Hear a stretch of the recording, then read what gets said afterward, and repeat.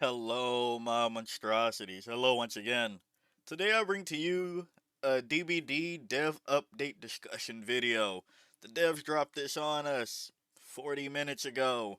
I've looked over some of it, I've seen feedback, and I have a lot of questions. It is indeed a doozy, so let's kick things off. Um, Basically, they're addressing the gens again. Again. You can sometimes hold three gens as certain people with certain perks at certain times. They've already addressed this, so I didn't think that you needed to touch it again. Because truly, it's a non issue at this point. But, hey, I guess I don't really kick gens too often myself for my own gameplay style, so, uh, get good scrubs. I don't know. Doesn't affect me. And I saw this. Going forward, each gen can only suffer from a maximum of 8 regression events, where a regression event is any time the bad guy or their perk removes at least 2.5% of the gen's progress in an instant. Now, this might be a grammar harp. There's a difference between an instant and an instance. So, I'd want to know if they're going to count ruin as an instance in which you would then have, if it ticks off 2.5%, in which that'll go against your max 8 of something like that. As well as if you kicking something with your now base 5% damage with Trail of Torment and like Dragon's Grip, like some of the fun ones, I wonder if that's going to count against you or how bad that's going to count against you. So that's what I'm kind of worried about. But again, I don't really kick gens and hardly use those perks. And that's the thing though. I want the perks to be usable without eventually backfiring on you. So, hey, we'll see. An indicator will show the bad guy if a generator can no longer be damaged. In the overwhelming majority of games, this will not come into play. However, in scenarios where the bad guy is defending their set of gens and refusing to chase survivors, there will eventually come a point where they can no longer damage the gen, helping bring an end to excessively long matches. Now, at the same time, they want to make it fair for the bad guys. Survivors working on a gen briefly to stop it from regression, or gen tapping for short. Giving the number of regression events is now limited. Stopping a gen from regressing is more meaningful than ever. To prevent survivors from tapping a gen to negate the regression events, we've made two changes. Base damage from kicking a gen is now increased to 5%. That's fine. Doesn't really do anything. They've just made it line up with Knight's Guards. Next, you have to have at least 5% of the gen's total charges repaired to stop regression, meaning that for the survivors to gen tap, they have to work on 5% worth of it. Otherwise, it will begin regressing again when the survivor stops repairing. This, again, gen tapping is annoying when you like need your kick to be meaningful. As someone that doesn't run gen kick perks, and you can look through my videos if you don't believe me. Um, if you're new around here, that is. Um, so that is annoying there. However, this might undo what they're aiming for here. Because if somebody's in a 3 gen setup and they're not chasing the survivors and they're basically just, pushing them off of the gens, I don't think a survivor is going to get 5% out on one gen enough times to stop the regression. Maybe. Maybe. We'll see. Basically, you just have to be smart about gens. This won't affect my gameplay, so I can't really talk to it too much, and well, everybody get good. Finally, let the gens go and like focus on chase. I guess. Nah. You know, I think I can see the vision. Some numbers might need to be tweaked here and there, but overall, fair enough. FOV slider. Shadowborn permanently locked into one of your perk slots? Well, that's about to change thanks to the new first person field of view slider. Starting with this update, bad guys in first person will be able to adjust their FOV to something they're more comfortable with, ranging from 87 degrees, the current default, to 103, the current maximum with Shadowborn. It's funny that they had to now specify bad guys in first person because we now have one that is not first person. Well, I mean, technically, Victor too, which I guess nobody really thought about. No, Victor's still first person. Yeah, so since now that we have Chucky, um, that's funny. Of course, they are going to adjust those perks, and this only applies to first person field of view and will not affect survivors, because duh. It's it was really surprising how many people asked what Shadowborn and monitoring abuse would do on Chucky. I was like, guys, it works on field of view. If your field of view is, all view, nothing's gonna happen. But you'd be surprised by how many people ask that question. Um, I mean, like the obvious answer was nothing, right? Like that was that. So, we'll see. I've been on the current default forever. I don't really. In the earlier days, I couldn't even handle monitoring abuse on my eyes. So maybe I'll start playing to 103 just because why not? Right? I don't know. We'll see. I feel like that's just like being like widescreen in certain like shooters. So yeah. Uh, on Rio, they have definitely changed Sadako. They have definitely changed her.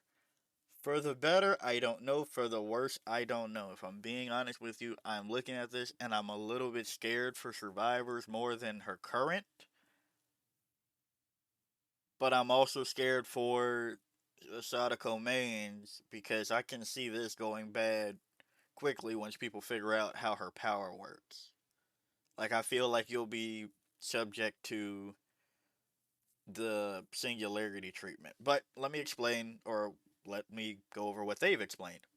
They're going to make a few changes in mind to make Sadako feel a bit more like she used to, because people that used to play her felt like, they lost what she was. So now, when she teleports, survivors within 16 meters of a powered TV will receive a stack of condemned. However, you no longer have to worry about that cooldown, allowing her to teleport more frequently. I think 16-meter range might be too short given how many power TVs there are at a time. But again, I don't play her enough to tell you how much that is. I've definitely been more of a TP spammer type of guy, so we'll see about that. Um, and if you play her more often than I, feel free to chime in. Well, also, always feel free to chime in, but hey. When a survivor is hooked, this is the one that I'm scared about. When a survivor is hooked, their current condemned progress becomes locked in, preventing it from being removed. If you all were scared about her being a noob stomper, I think this is going to be the noob stomp thing. Like, this is going to be the one. That's what I'm worried about. Yeah, I don't know. I I don't like this. And you go, oh, Survivor mate. No, no, I can tell you right now, that's not a thing over here. So I don't, I don't know, dude. I don't know. This will make it very risky for survivors to ignore her curse. Um, they'll want to shut off nearby TVs. Blah blah blah blah blah. They've also redone how the tapes are going off. They no longer protect survivors from gaining condemned if they're holding it, and they're no longer destroyed or inflict condemned when a survivor is hit. They can only be deposited in the further TV from when they're picked up. So back to old tape workings. You're strictly just going to be using it to remove when you're getting too high up there. You're pretty much going to be Wesker. This is Wesker infection, except possibly permanent and permanent, as in you're out the game permanent. Or Trail of Torment, I guess you could say that in a way too, because you actually have to go like across somewhere to get something. Uh, yeah, that's. I don't mind this part. I don't know about the hook situation. Demanifestation. This is one thing I am happy about. Now, you can no longer start a chase while demanifested in her current update, or her current version that's on live at this moment. This had a side effect making it very obvious that when you see demanifested in the middle of chase, allowing survivors to anticipate and play around it. You can now go back to chasing while demanifested, which is really good, which sounds kind of dumb because if you're already stealth, you don't want them to know they're in chase, but you have a lullaby on a stealth baddie for whatever reason that you're undetectable, so you might as well just get your chase so you can start getting bloodlust, which means you can use Beast of Prey. Yes, you can laugh now. It's kind of funny, but it actually, you know, it's something. It's and I'm going to tell you it's the best thing since sliced survivors, but you know, you can do it. It's pretty funny, fairly effective sometimes when people don't expect it. I remember doing that on TikTok, and there was a surprisingly amount of Sadako players that were like, I love doing this," and I'm like, "Well, all right, cool. Well, nice to know that people know this exists." Additionally, many pointed out that one of the Unreal's changed add-ons, Raiko's Watch, was very fun to use. Rather than add the effect back into the add-on, we instead incorporated it into her base kit to make the add-on feel less essential. The duration of invisibility while demanifested has been increased to 1.2 seconds. Was 1 second. Interesting. I do like the whole spirit flicker situation. So this is cool. I've got nothing bad about that.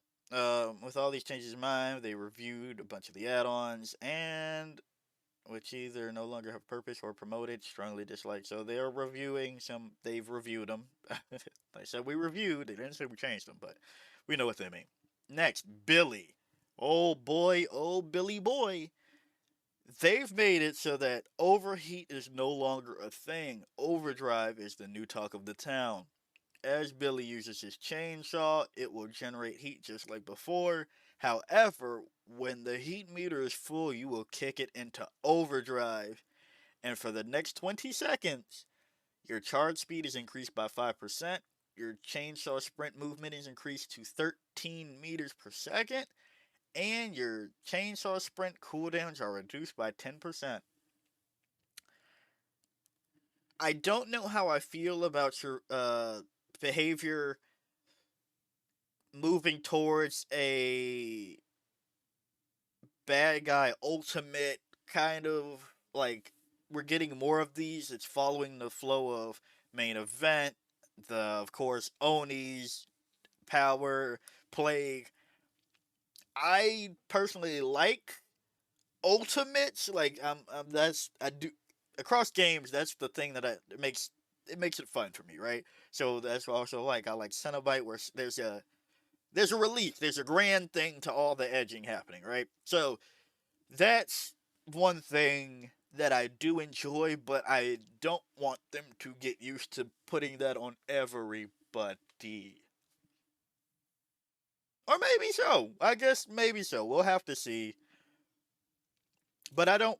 The thing that I'm worried about is that they'll make everything outside of the ultimate mode feel like crap, like current Trickster. That's what I'm worried about. Not necessarily everybody having it, but the side effect of you're only as good as your beefed up mode. So that's a direction that I worry about. Cleaning up though, they've made the base chainsaw sprint movement speed increase by 10%. I don't know how fast that is off rip. I'm not good at Billy, I'll be honest. So hey, good to see that though. Reduce the size of the collision detection to make chainsaw sprints more maneuverable in maps with high density tiles. Now, I don't know how good this is or how bad that is. Like, don't get me wrong, it sounds straight up good, but I don't know if that's going to mean that you're going to have more how on earth did I miss that survivor moments, which is what I'm worried about because I don't trust behavior to make it so that it only really affects the random things that already shouldn't exist, such as my knives disappearing through not branches on trees and things like that. So I feel like they have to keep doing this when you should realistically be adjusting the maps themselves. So I'm concerned about this. Camera sensitivity is no longer incorrectly tied to the controller sensitivity setting while using a mouse and keyboard. Chainsaw controls are now equal to 100% sensitivity before. Why did this take so long? I don't know. Um, and they've changed some add-ons for him. So hey, that's that. Blight. I'm only a fan of the Blight skin, if I'm being honest. I do like the. Take that back. I like his lore too. Um, but the Blight ferryman skin, the one that's like Chiron, I like that. But outside of that, I could care less about Blight. So, they've nerfed him. They've reduced the rush speed bonus of Blighted Crow and Blighted Rat to 2 and 3%. Or 3 and 2, I guess I should say, respectively. Was 6 and 4. Alright, don't know how fast you need to go. So, hey, we'll see how that plays out. Adrenaline Vial. This is the one that gave you everything you ever needed. So, they're basically making it so that you no longer get the decreased time to recharge a rush token by 1 second, and you no longer increase rush speed by 10%. However, these effects are unchanged. You increase the maximum rush tokens by 2, maximum rush look angle by 20 degrees, and decreases rush turn rate by 55%. I don't know. That sounds transformative to an extent. Honestly, I would have been more fine if they made the current one purple, which rarity doesn't really do anything. I don't know. I don't know. We'll see. I know some Blight mains will be crying about all of these things, but the one that probably I think I like the least though, like in favor of Blight mains having a reason to be upset, is this one. Alchemist Ring. It's no longer going to restore rush tokens on hit. They're going to make it so that it increases rush duration by 20% for each consecutive rush. Now, this won't affect the good ones, but it affects me. I'm joking. I don't even use Alchemist Ring. But I don't know. I feel like instead of restoring all of the tokens, you just restore one or two. I feel like that'd be cool. Versus the duration. I don't think the duration is the thing you need out of Blight Rushes, right? Like I feel like you need the number of them. You don't need the duration of them. Maybe I'm wrong, but I don't like this one. I understand it's healthier for the game. I would have preferred they just take it down instead of refilling all your rushes to like one or two. Compound 33. This is the one that reduces the survivor's movement when doing things. Each consecutive rush, which is longer than 4 meters, increases the turn rate by 33%. Alright, if you gut it, I don't really care. Yeah, it's got it. I'm not gonna front with you. That is not good. That's not good. Eerie Blight Tag. They're making it so that this is the one that was insta downs. Also promotes the awkward gameplay of repeatedly slamming into a wall to take advantage of the effects of the last rush, which would let you insta down people. We've given this a brand new effect. Enables rush to be performed without spending tokens. What? Rush bonuses are capped after 3 consecutive rushes.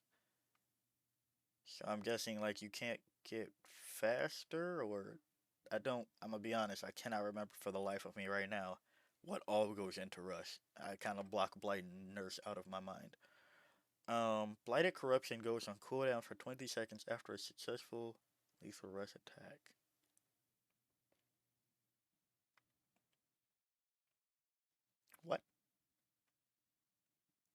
Uh, read over it. Still don't really know. We're going to have to see. If you can explain this to me in the comments, be my guest, be my guest, be my guest, be my guest. Yeah, I don't. I'll be straight up honest with you. My brain is having a hard time this fine morning figuring out how this works. Interesting. Yeah, that's the people. Perk updates. This is the one that I'm most annoyed by. Stabiffle, save the best for last. Instead of doing what it currently does, they're going to make it so that each token grants a stackable 4% decreased successful basic stat cooldown, was 5%. It's the loss of a percent, so 8% at max, of course. Um, don't think it needed it, but okay, whatever. Two tokens are lost when the obsession loses a health state by any means. Was basic text. This is the one that I don't like. I understand why, but now why? Right? Like if it's called save the best for last. I guess they did this for me. They really did this to target me so I can no longer complain about people taking it on people that it makes no sense on. Like Wraith and Clown. I don't understand why people do that when you can't save stacks, but gotta go faster. Like I hate that. So, hey, at this point, take it on everybody, right? Throw it on everybody that you already shouldn't have been throwing it on before. Like, screw it. Throw it on Zeno. Make it so that when you do have to use your basic attack, you do it faster. You were aiming for the tail anyway, but hey, I think this is going to backfire more than anything. I think it's doing the opposite. Or instead of you putting it on people that made sense, so yeah, when you came across the baby Wraith that had the Biffle, or the slingers and the demos. Now, you have no reason to not just take it on everybody because the trade off is the same across the board. So this is going to backfire, but I don't know. I don't know. I don't think it was an issue, but here we are. Then next we have Grim Embrace. Ah, wow, wow, wow. I don't like this. It's not going to be worth anything, if I'm being honest with you. Uh, and I'll tell you why in a second. So, it only activates once, and at current, it only activates once. It requires you to hook everybody once, which is a little inconsistent and hard to activate. Yes, therefore, we're adding a secondary effect on top of the existing effect. The first time you hook somebody, all gens are blocked for 12 seconds once you move at least 16 meters away from the hook. This will ensure the bad guy is always able to get some value out of the perk, even if the last elusive survivor manages to evade them, and rewards bad guys who switch targets. Let me tell you why this is a non-factor. 12 seconds? Not anything to write home about. Now, don't get me wrong. If you then stack Corrupt Intervention with Grim Embrace, and hey, the build you were already doing, if you were bringing those two, Deadlock or Thrilling Tremors and or Merciless Storm, go for it, I guess. But 12 seconds does not give you time to do anything because you've had to move 16 meters away from the hook. And I say that because I've been testing Furtive Chase so far, and let me tell you, the juice isn't worth the squeeze. And that, like that's an entirely separate effect, true, but the time is the thing.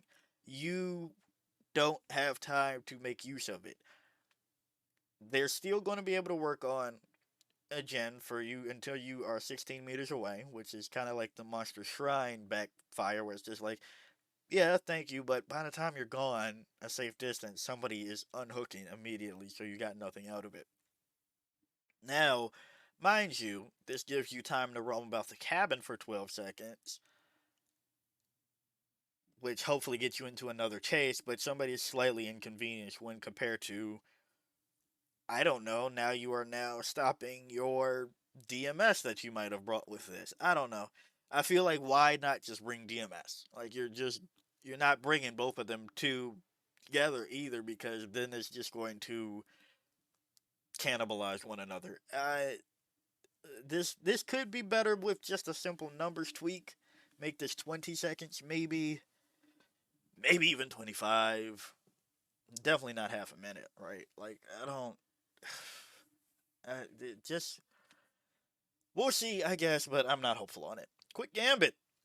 This is the one where if you are getting chased near a gen, the people on the gen will do the gen faster. I think that this is going to be. I think this isn't getting the credit that it should. Not its current version. No, that's just pitiful. But I feel like this can get out of hand, especially on their favorite line on indoor maps. So they're going to make it so that the increased range to 36 meters from 24. And they've reduced the repair speed bonus by max of 5 at max, coming down from 8. I think they were careful with the repair speed bonus, but there will obviously be parts in which this is just abysmal combined with the fact that now you can only hit gens 8 times max. So you say, alright, they're chasing somebody, they go down, they immediately go to the gen that they heard probably 36 meters during that chase. True. But also, they're not losing the same amount of progress that would have happened. Because, now mind you, before, 24 meters for 8, yes, that's a quick hop step over to kick the gen with whatever you had. However, if let's just benefit of doubt, this probably won't happen all the time. Of course, it won't. But you start out 36 meters. You start that chase 36 meters away from the gens. This also will cover more than one gen at 36 meters. Let's talk about that too. So for 36 meters worth of running, that's 5%.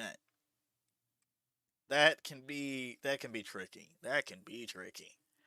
So I don't know, dude. I don't know. Do I expect to see it that often? No, but I definitely know you won't be hurt by putting it on. Which I guess is the optimal thing, so we'll see. Hex Ruin. It's no longer disabled once a survivor is taken out of the game. Why did they? I mean, I guess they could have just. All right, yeah. Once a survivor is taken out of the game, that's fine. It's not good enough to warrant it needing this effect as it currently does. But yeah, we'll see if instant or instance is how they define regression events up here. Let's go back to, yeah. Shadowborn. Of course, they need to give it a new effect, but they needed to give it pretty much any effect besides what they gave it. If you're blinded now, you will gain 10% haste for 10 seconds. Which, shout out to a comment on my last video where I was going over to play once more.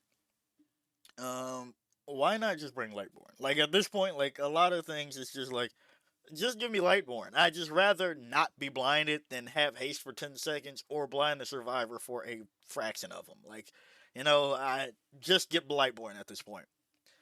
Unironically, use Lightborn at this point. Like, I'm not getting it, Chief. Monitor abuse. They just removed the FOV adjustments part and made it so that you still get the terror radius effect. Inside a chase, outside a chase, we're up to bam. Ormond. I looked over this and I'm not pleased. They've made it so that the front of the lodge the front of the lodge currently has a long row of rocks stretching across it. This can get in the way and make it difficult to traverse the map. Additionally, there's no room in this portion of the map for any windows or pallets, making it a big dead zone. We've given this portion of the map an overhaul to create more interesting gameplay. So they're making a big map have more places with less dead zones. The back of the lodge, meanwhile, is comprised of mostly picnic tables. Great for enjoying a meal in the freezing cold, but not very impactful when it comes to gameplay. They are now fixing the unsafe pallets to be safe. And nowhere did they say that they were shrinking the size of the map, which is the main issue as to why survivors send bad guys to Ormond. They didn't care that there were dead zones or these two unsafe pallets. Is it two? It's two, right? One. It's two, right? No, maybe it's just one. I can't remember. Either way, that's not why they were sending you to Ormond anyway. So just giving them a stronger map is just stupid. I don't. They look. Please tell me that they've just forgot to leave out that they've shrunk the map, and even then, I still have no faith in them because, like I said, it's just going to be what they always do. Main building is, we're going to keep that strong and move it straight to the middle. Pack a bunch of things survivors can use, and yeah, it's smaller, but like now there's 50,000 great pallets. So like game modifiers. Whilst, excuse me, these will not be in the upcoming PTB. Our first limited time modifier, Dead by Daylight Lights Out, will be available to play in the coming months. Stay tuned for more information. When you say limited time modifier, I wonder if they mean like a Hunt Showdown type business where, like, if you play Hunt Showdown, you know what I mean by like wildcard events. But I don't think I want that because I've talked about how I don't like events for the purposes of making content. It gets real old really fast, and the gameplay is never changed enough to a point to one to make it feel worth playing continuously through the duration of it. And it makes it hard to do certain types of content because you always have to put an asterisk. It works during the event. We'll see how it works outside of the event.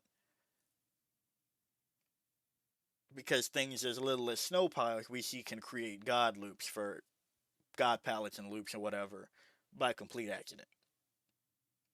And sometimes that can be the defining thing. Is just like, well, man, if your build works outside of the event, that's great, but it's hard to really illustrate that when things like that get slammed. So I saw somebody suggest that maybe it is Dredge Nightfall during this time. I don't know, dude. I don't know. That can go both ways because Nightfall kind of sucks. But Nightfall sucks to go against, but it also sucks because you're on Dredge, who's loud as crap. So, hey, we'll see. Maybe I'll start playing Dredge again. We'll see. Oh, congratulations, you've reached the end of this very long update. These will be live tomorrow.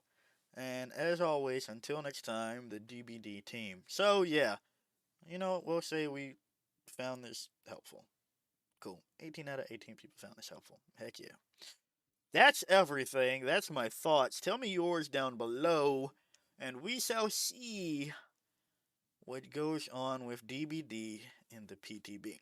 So, yeah, if you like the video, like it. Got a comment for me, comment. And until next time, peace out, my monstrosities.